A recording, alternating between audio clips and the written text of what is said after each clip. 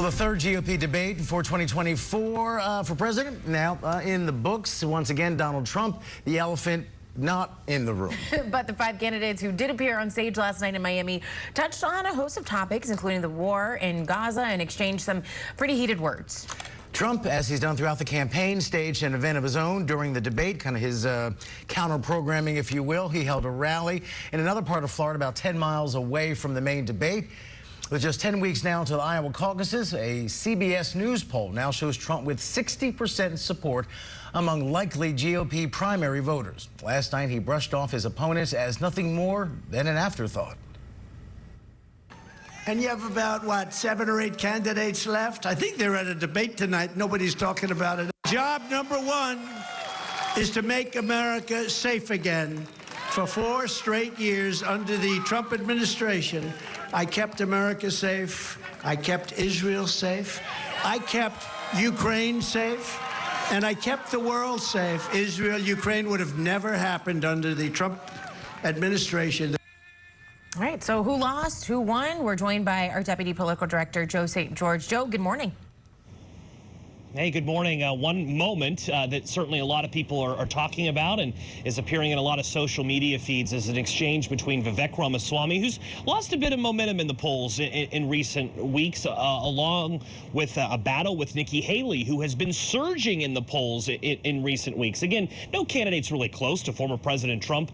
It's a wide lead for the former president right now. But in this race to be the Trump alternative candidate, the race to second place going into the Iowa caucuses, this moment in which Nikki Haley's daughter was invoked by Vivek Ramaswamy, and Ramaswamy was called scum by Haley. It was a dramatic moment that played out on the debate stage in South Florida. Take a listen.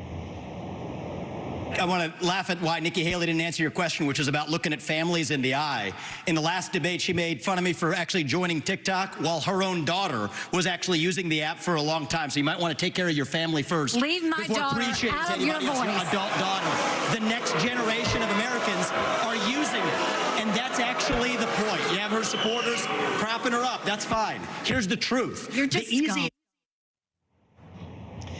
There was a lot of tension there. In fact, the two candidates didn't even shake hands at the conclusion of the debate. Returning to former President Donald Trump, was his name invoked? It was invoked early, the first 10 minutes of the debate. DeSantis, Haley, both went after him. But for the most part, it was a debate in which he wasn't a part of the conversation. It was a debate that focused a lot on foreign policy. We mentioned how Haley and DeSantis brought up Mr. Trump's name. Take a listen. And he said Republicans were going to get tired of winning. Well, we saw last night, I'm sick of Republicans losing. In Florida, I showed how it's done. 1 year ago here, we want a historic victory. Everybody wants to talk about President Trump. Well, I can talk about President Trump. I can tell you that I think he was the right president at the right time. I don't think he's the right president now. I think that he put us $8 trillion in debt, and our kids are never going to forgive us for that.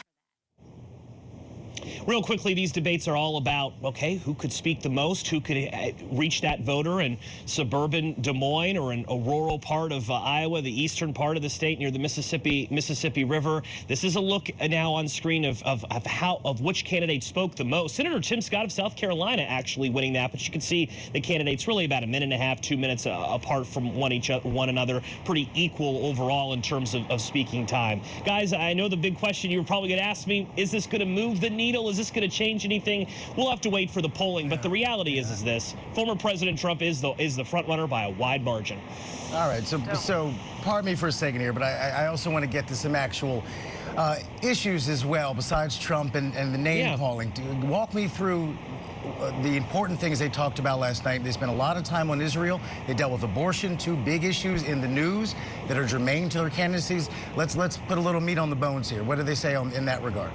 Yeah, I love that, Rob, because let's get out of the politics. Let's get into the policy. One dramatic moment involved university presidents and colleges, where the candidates on stage seemed to put university presidents on blast at one point, saying that federal funding is not a right. I think we may have a SOT that we may be able to play here, and tell me in my ear if we can. But this was a moment in which the candidates certainly warned these universities across the country that you better get a handle of what's going on your campuses following the Israeli war, engaging in all of this, seeming to suggest that they would be comfortable with perhaps taking away federal funding down the line. So that's one of these issues that I think popped up in this debate that maybe isn't going to lead the cover of New York Times or Politico this morning, but certainly raised a lot of eyebrows here in Washington. And anything on the abortion front? I mean, this debate took place 24 hours after that was really such an animating issue. And what we saw Tuesday night, a big night for the Democrats. How do they kind of walk that very fine line on abortion now that it's proven to be a 7-time loser for Republicans since the fall of Roe last summer? It's a delicate balance because the candidates still recognize that the evangelical voter in Iowa is a key voting bloc. So that question was brought up towards the end of the debate, the last 30 minutes or so, Rob. Most of the candidates on stage said they support a culture of life, but Governor Ron DeSantis said, look, these referendums that are going on around the country, Republicans are losing them. They have no strategy to address them. So the candidates were critical of these referendums, even though they were very, very cognizant to recognize, to say that they support a culture of life. A very important topic indeed. Came up about in the last 30 minutes of the debate, guys. Deputy Political Director Joe St. George reporting for us. Thank you, Joe. All right, let's bring in Joey Harrison, White House correspondent for USA Today, to discuss last night's debate. Joey, welcome to Morning Rush. Good to see you and good morning to you. So on the topics of Israel and abortion in particular, let's tackle those first. Who do you think won on those two fronts? As Joe just mentioned, abortion was only brought up later in the debate. I was surprised. I thought it was going to be one of the first things they talked about because of what happened just 24 hours prior. But who do you think did the best on those two topics in particular? Let's look at abortion first. You know, as you mentioned, Republicans have had a series of stinging losses on this issue, and it threatens to really derail 2024 for them. And I really saw Nikki Haley as the only one who kind of recognized that. She was pushing for a consensus, is what she saw. Is what she said. She said, look, I'm pro-life, but let's not judge those who are pro-choice. And, you know, on the flip side, you had folks like Tim Scott, who really dug into a 15-week abortion, federal abortion ban. And so it seems like some people on the Republican field, some of the candidates are learning a lesson saying, hey, you know, we can't go into next year standing our ground totally on this issue. We're going to have to give some. We're going to have to change our messaging, or else we're going to, really suffer the consequences. Now, on Israel, I really think all five of them sort of, almost had a contest with each other of who could go farther in terms of pledging their support for Israel against Hamas, which was unequivocal from all five. Several of them brought up Iran as also a threat and questioned President Biden's response to Iran with the proxy militant groups that have had various drone and rocket attacks on U.S. forces in Syria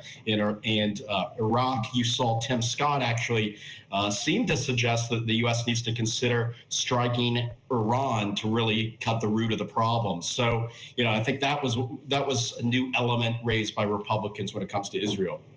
So a fairly hawkish night on the Israel front from the candidates, which is important because no one quite knows where this is going to go.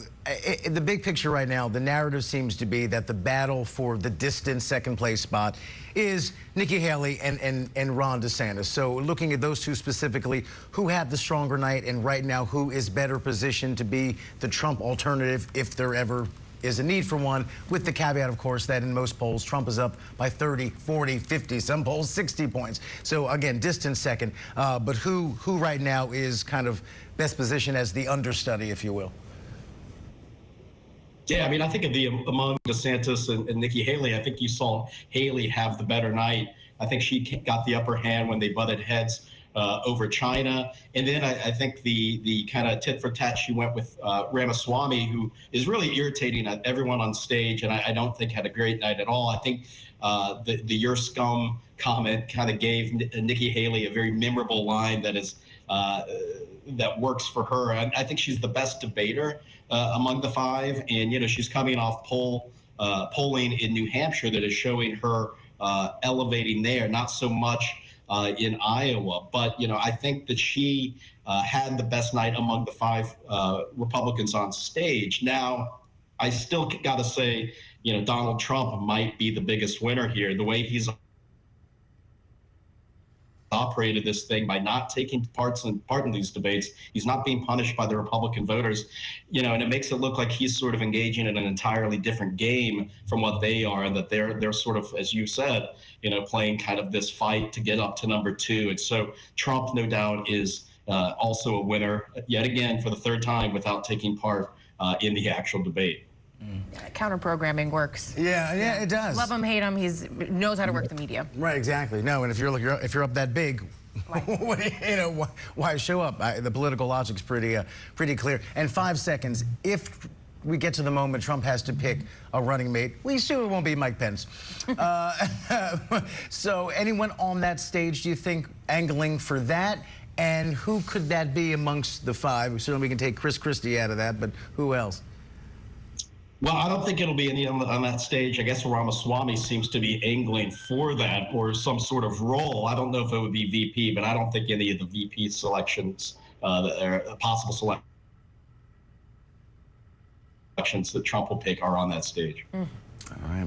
Next debate in December. We'll see who makes the cut then. For that one. Joey Harrison, White House correspondent for USA Today. Thanks for giving us some time, sir. We appreciate it. Hey, thank you.